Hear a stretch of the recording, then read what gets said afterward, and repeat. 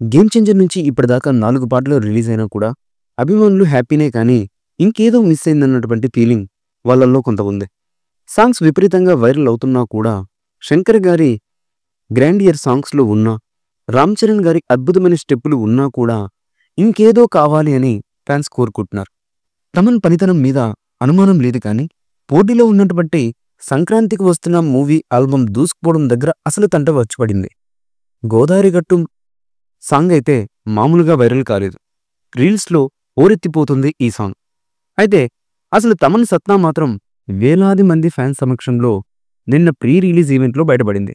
గీత రచయిత కాస్టర్ శ్యామ్ పలు సందర్భాల్లో నొక్కి చెప్పినా ఇప్పటిదాకా విడుదల కాని 2 పాటలు, ఒక ర్యాప్ సాంగ్ నిన్న వేదిక మీద లైవ్ పర్ఫార్మెన్స్ ద్వారా లాంచ్ చేశారు మేకర్స్.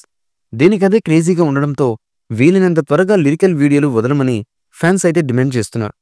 ఆడియో రూపంలో వివిధ మ్యూజిక్ ప్లాట్ఫామ్స్ ద్వారా రాత్రి నుంచే అందుబాటులోకి వచ్చేశాయి ఈ సాంగ్స్.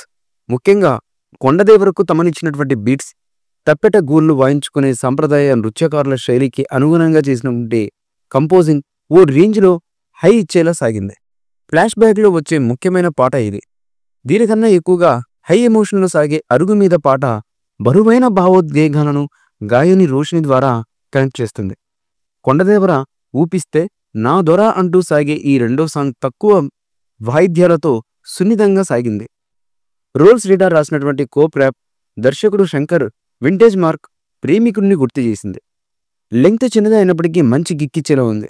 మొత్తానికి జరగండి జరగండి రామచ్చాలను మించే స్థాయిలో ఇప్పుడివి ఆకట్టుకునేలా ఉన్నాయి. వీలైనంత త్వరగా యూట్యూబ్ వీడియో వెర్షన్ను పెడితే రీచ్ భారీగా వస్తుంది.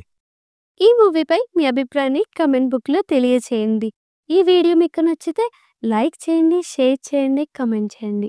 మరిన్ని అప్డేట్స్ కోసం మా ఛానల్ని సబ్స్క్రైబ్ చేయండి.